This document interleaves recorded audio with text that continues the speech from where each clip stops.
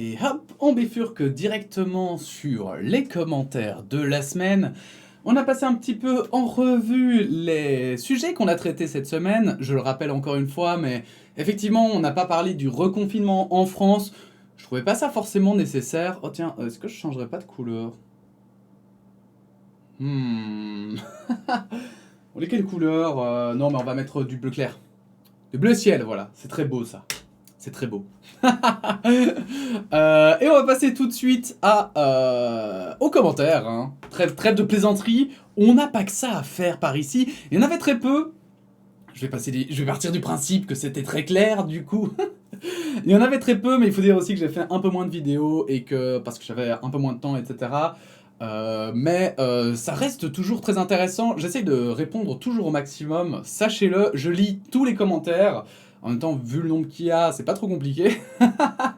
mais voilà, écoutez, je sais plus ce que je voulais dire. Oui, je lis tous les commentaires et ça m'intéresse toujours. J'ai pas toujours le temps de répondre, mais j'essaye un maximum et parfois je comprends pas très bien et j'ai peur de répondre à côté.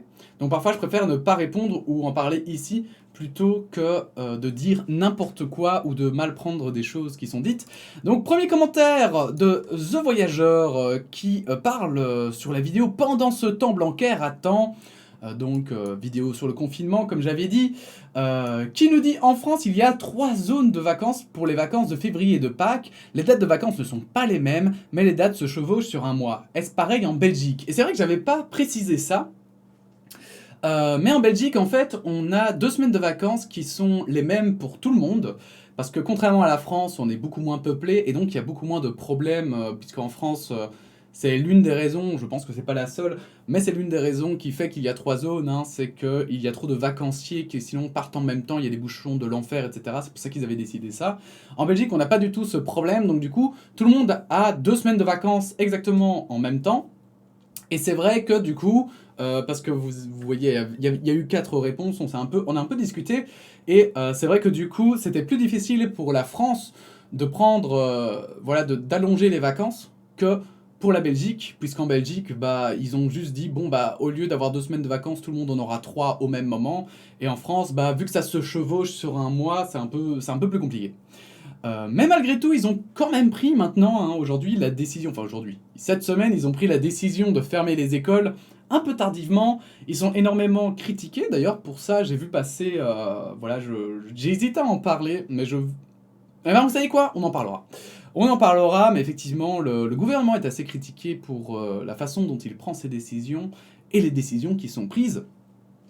Et du coup, mais finalement, ils ont quand même fermé les écoles, et selon moi, ça me paraît être beaucoup plus sensé de ce que je vois dans les avis scientifiques, etc. Je vois beaucoup de gens qui se plaignent de ça, je vois beaucoup de gens qui en ont marre de ce confinement, d'ailleurs.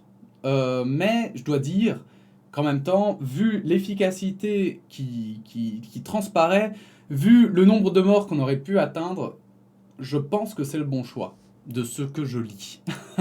On passe au commentaire suivant, toujours sur pendant ce temps Blanquer attend.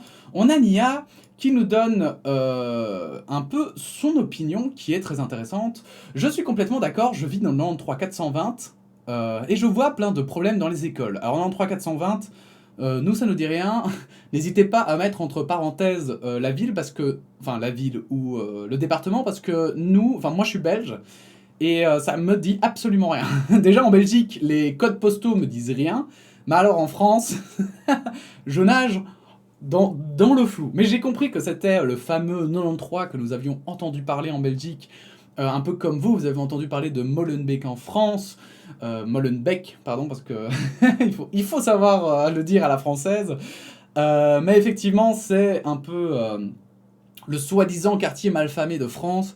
Évidemment, on nuance énormément, c'est pas le quartier le plus malfamé, c'est juste que c'est le département le plus pauvre, il me semble, de France. Et du coup, effectivement, c'est une opinion intéressante qu'on va voir là. Et je vois plein de problèmes dans les écoles. Les lycéens doivent venir en cours, si je me rappelle bien, 2 jours par semaine, mais depuis, ils veulent forcer les gens à venir. Les institutions font la sourde oreille. J'ai un ami qui a son père qui travaille en tant qu'infirmier à l'hôpital, et il dit que les hôpitaux sont bondés, que la capacité de l'hôpital où il travaille est presque aussi bondée qu'au début de la deuxième vague.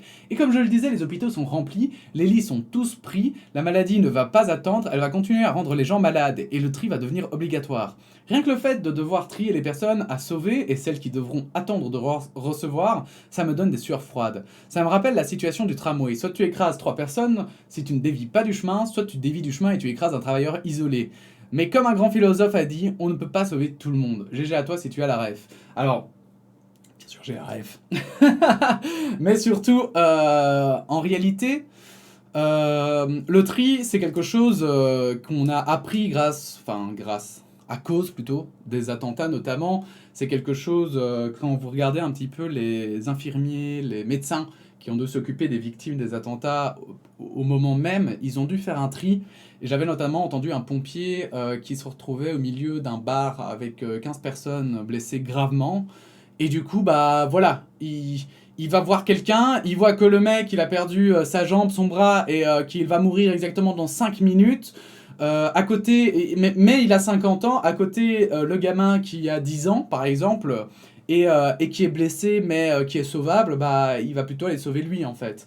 C'est hyper triste, mais c'est quelque chose qu'on apprend après en médecine. Mais malgré tout, évidemment, psychologiquement, c'est très difficile. Psychologiquement, c'est hyper dur. Et surtout, c'est que, bon, dans un attentat, vous n'avez pas le choix. Vous voyez, genre, c'est arrivé, et vous devez agir. Vous n'avez pas le choix. Ici, le truc, c'est que on voit la vague venir.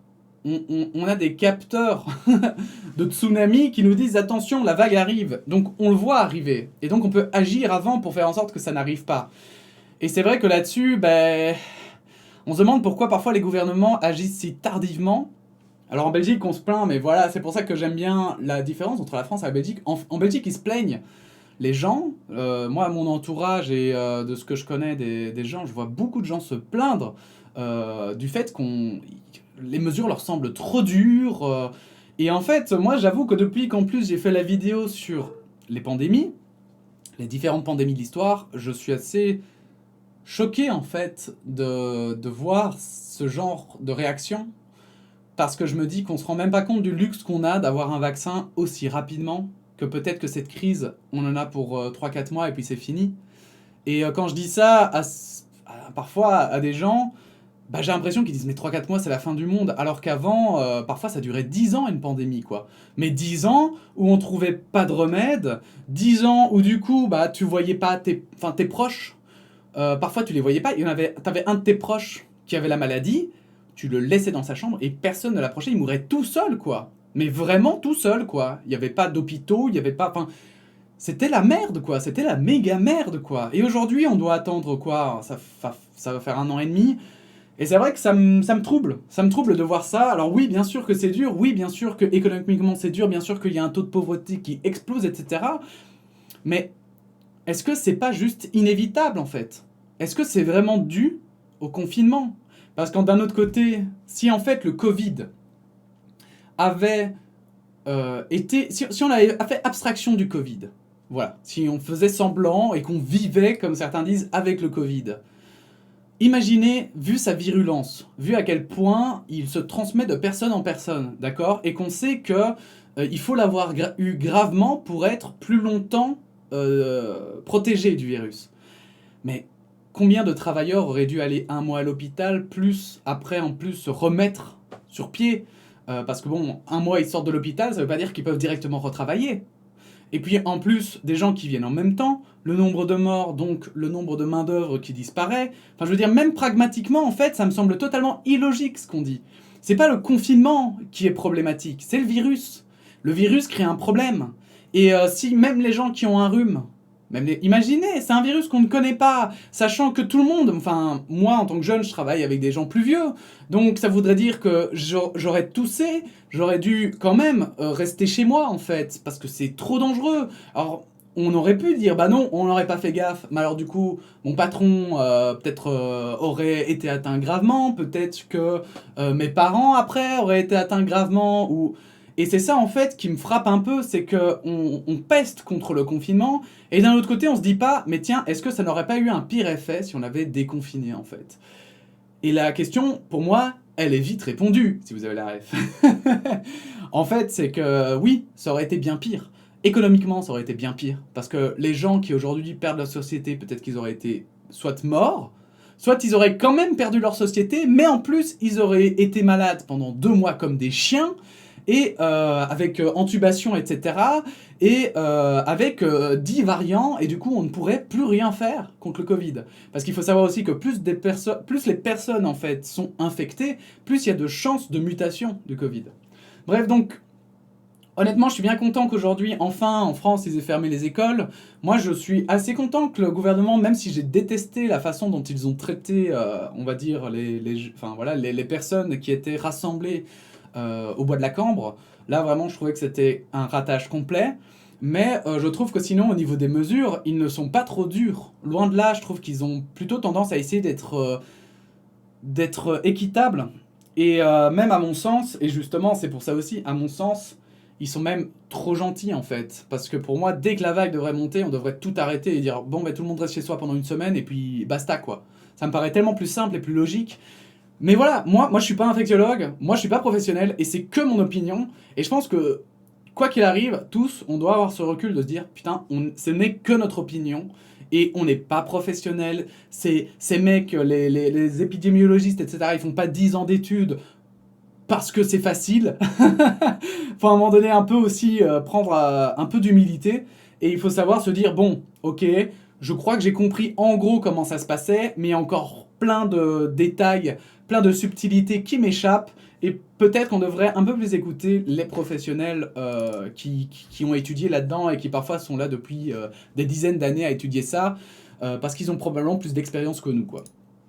Hop, et je crois que c'est le dernier commentaire sur la droite tolérante. Hein. On a Dlorofo, DL Rofo, qui nous dit en Suisse, on a aussi ce côté suisse romande, suisse allemande et un peu suisse italienne et suisse romanche. Mais nous, on n'est pas là à se regarder dans les tranchées, on arrive à communiquer.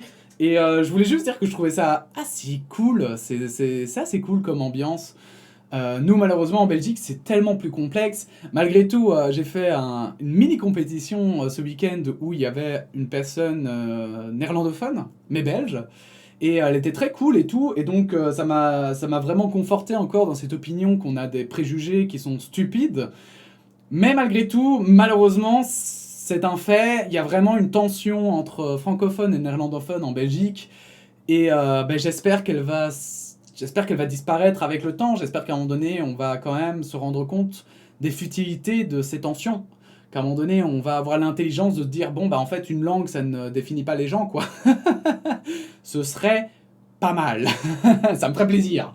Bon, voilà, quoi. Ouais, effectivement, c'est bien la fin. Bon, eh bien... En attendant, c'était un peu tout. N'hésitez pas à donner votre opinion évidemment en commentaire sous cette vidéo. N'hésitez pas à la partager, à l'aimer et puis à faire ce que vous voulez, vous abonner, etc. N'hésitez pas évidemment à mettre aussi des commentaires sur les nouvelles vidéos qui vont arriver. Sur les anciennes, je les lis comme je vous dis, mais j'essaye de pas trop revenir dessus, sauf si c'est vraiment hyper pertinent.